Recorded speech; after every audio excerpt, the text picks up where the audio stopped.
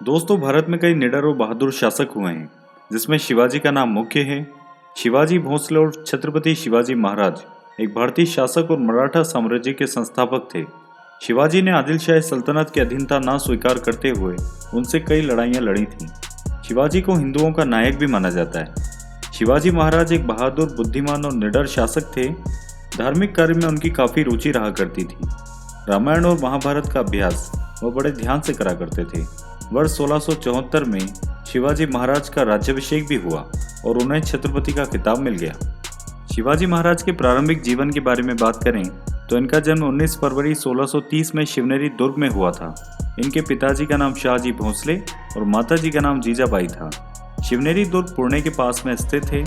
उनकी माताजी ने उनका नाम भगवान शिवाय के नाम के आधार के ऊपर रखा था। उनकी माता भगवान शिवाय से स्वस्थ संतान के लिए प्रार्थना किया करती थी। शिवाजी के पिताजी शाहजी भोंसले एक मराठा सेनापति थे जो कि डेक्कन सल्तनत के लिए कार्य करा करते थे। शिवाजी के जन्म के समय डेक्कन की सत्ता इन तीन इस्लामिक सल्तनतों बीजापुर, अहमदनगर और गोलकोंडा में थी। शिवाजी अपनी मां जीजाबाई के प्रति बहुत ज्यादा समर्पित थे। उनकी मां बहुत ही धार्मिक थी। उनकी माताजी शिवाजी को बचपन से ही युद्ध की कहानियां तथा उस युग की घटनाओं के बारे में बताया करती थी। खासकर उनकी मां ने उन्हें रामायण और महाभारत की प्रमुख कहानियां सुनाया करती थी, जिसे सुनकर शिवाजी के ऊपर बहुत ही गहरा असर पड़ा था। इन दो ग्रंथों की वजह से वो जीवन भर हिंदू महत्व को बचाव करते रहे। इसी दौरान शाहजी ने दूसरा विवाह कर लिया और उनकी दूसरी पत्नी तुकाबाई के साथ कर्नाटक में आदिल शाह की तरफ से सैन्य अभियानों के लिए चले गए। उन्होंने शिवाजी और जीजाबाई को दादोजी कोंडदेव के पास में छोड़ दिया। दादोजी ने शिवाजी को बुनियादी लड़ाई तकनीकों के बारे में सिखाया, जैसे कि घुड़सवारी, तलवारबाजी और निशानेबाजी। शिवाजी महाराज का विवाह 14 मई 1640 में सईबाई निम्बलाकर के साथ लाल महल पुणे में हुआ। विवाह के 5 साल बाद शिवाजी महाराज ने सन 1645 में आदिल शाह सेना को बिना सूचित की कोंडला किला पर हमला कर दिया। इसके बाद आदिल शाह सेना ने शिवाजी के पिता शाहजी को गिरफ्तार कर लिया। आदिल शाह सेना ने यह मांग रखी कि वह उनके पिता को तब रिहा करेगा तब वह कोंडला किला को छोड़ देंगे। उनके पिता की रिहाई के कुछ समय बाद उनके पिता की मृत्यु हो गई। सन 1659 में आदिल शाह ने अपने सबसे बहादुर सेनापति अफजल खान को शिवाजी को मारने के लिए भेजा। शिवाजी और अफजल खान 10 नवंबर 1959 को प्रतापगढ़ किले के पास एक छोटी सी झोंपड़ी के अंदर मिले। दोनों के बीच एक शर्त रखी गई कि वह दोनों अपने साथ केवल एक ही तलवार को लाएंगे।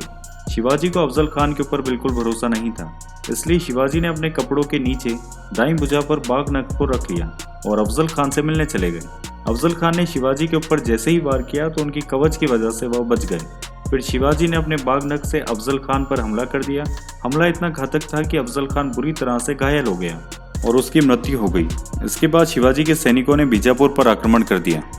शिवाजी ने 10 नवंबर 1959 को प्रतापगढ़ के युद्ध में बीजापुर की सेना को हरा दिया। शिवाजी की सेना ने बीजापुर के 3000 सैनिकों को मार गिराया और अफजल के 2 पुत्रों को गिरफ्तार कर लिया। शिवाजी ने बड़ी संख्या में हथियारों, घोड़ों और दूसरे सैन्य सामानों को अपने अधीन कर लिया।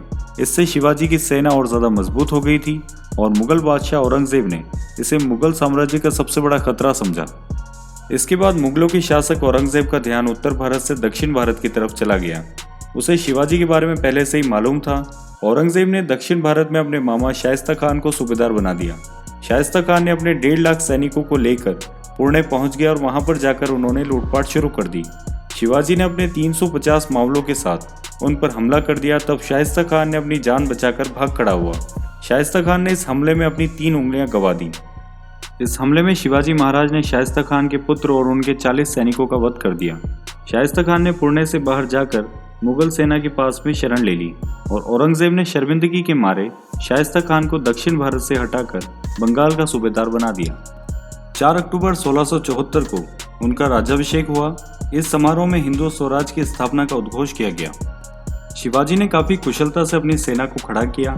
उनके पास एक विशाल नौसेना भी थी, जिसके प्रमुख मयंक भंडारी थे। एक स्वतंत्र शासक की तरह उन्होंने अपने नाम का सिक्का भी चलवाया, जिसे शिवराई कहते हैं, और यह सिक्का संस्कृत भाषा में था। 3 अप्रैल 1680 में लगातार 3 सप्ताह तक बीमार रहने के बाद यह वीर सम्राट सदा के लिए इतिहासों में अमर हो गया और उस समय उनकी आयु 50 वर्ष की थी।